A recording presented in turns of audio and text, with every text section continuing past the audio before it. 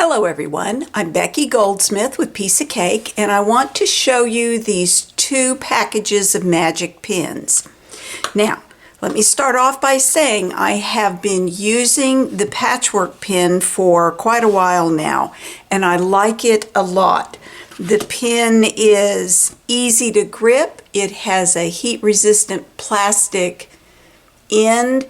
When you put it in your fabric, it lays flat. You can iron it, as I said, and it won't melt unless you iron it really, really hot. It's a fine pin. It has a good point. I love this pin. I like it better than most of my other pins for most things. Okay, so the one with the blue head is labeled a patchwork pin. It says it's fine.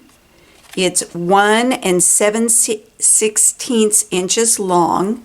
It is 0.5 millimeters by 36 millimeters.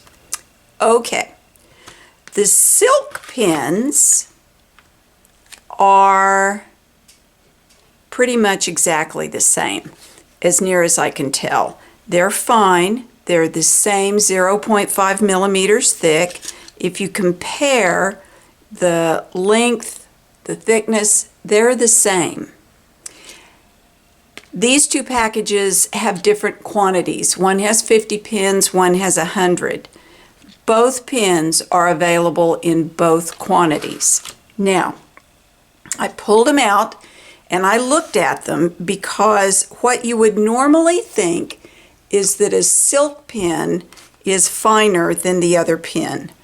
But as near as I can tell, these two pins are exactly the same. They're the same sharp. Trust me, they're very sharp. They bend the same, they look the same, they're labeled the same. I think the only difference between these two pins is the color of the head. Now, why would the manufacturer do that?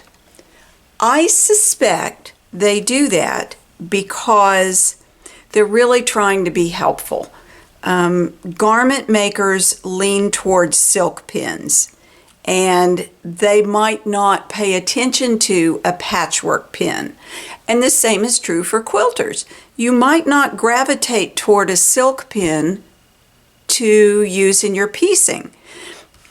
So the manufacturer's between a rock and a hard place. Whoops, there's the doorbell. I'm going to have to go get it in a minute. I'll be right back. As I was saying, I think the manufacturer is trying to be helpful and make sure that this pin that would work just great in both application finds its way into the hands of people who make garments and people who do patchwork. That's my guess, and that's all it is. I don't have inside information, but there you go.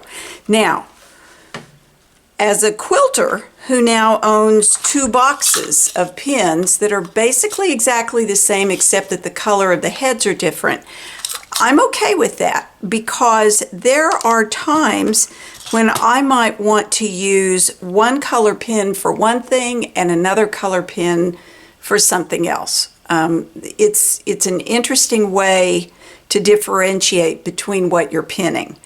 So I'm okay with having both.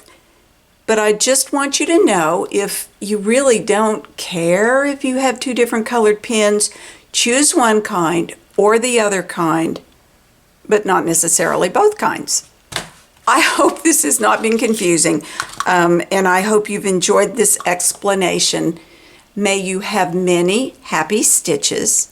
Thanks for watching.